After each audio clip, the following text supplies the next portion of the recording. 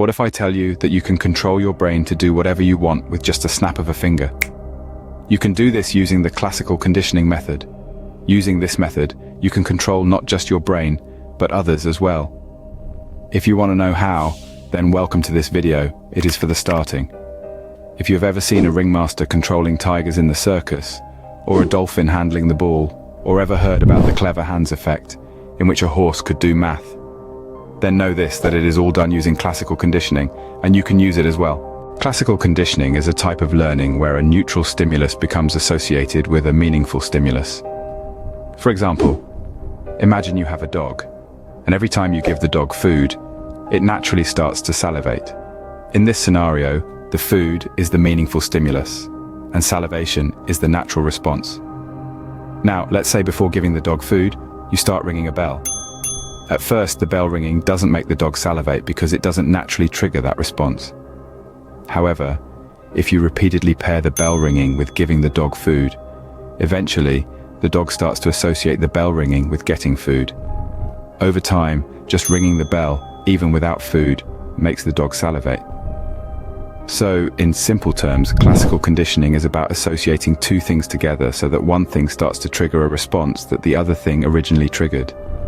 This can be used to train animals, including humans, to respond in certain ways to certain stimuli. You can use it for anything, whether studying, paying attention, stress management, public speaking, breaking bad habits, or anything else you might like. Here's a step-by-step guide you can follow to use classical conditioning for studying. Step 1. Choose a neutral stimulus.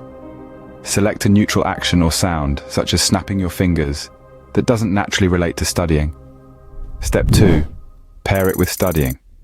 Every time you're about to study, deliberately snap your fingers. Repeat this consistently. Step 3. Repeat and be consistent. Repetition is key. Keep pairing the action of snapping your fingers with studying every time. Step 4. Positive reinforcement.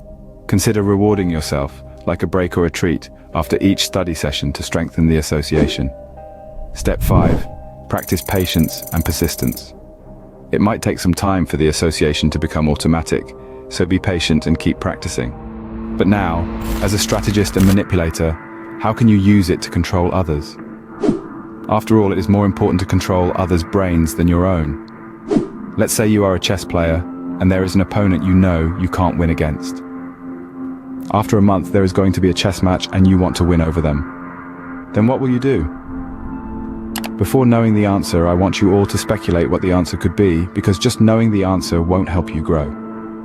So the answer is, let's say somehow, using psychology and manipulation, you convince them to play with you on a regular basis, and tell them that during the game, whenever you snap your fingers, they need to start playing badly, like a child, and need to lose.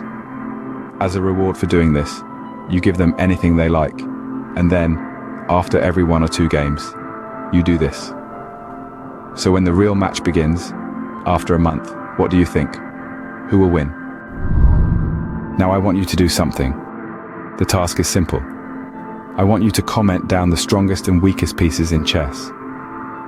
While answering the question, I want you to think in terms of potential, control, and power. Because if you can answer this question, whether right or wrong, you will understand 3 very important things. In real life, who is useful to you, who can become more useful to you, and where do you stand in this game of power? That's all for this video. To know more and to grow more, subscribe to the channel.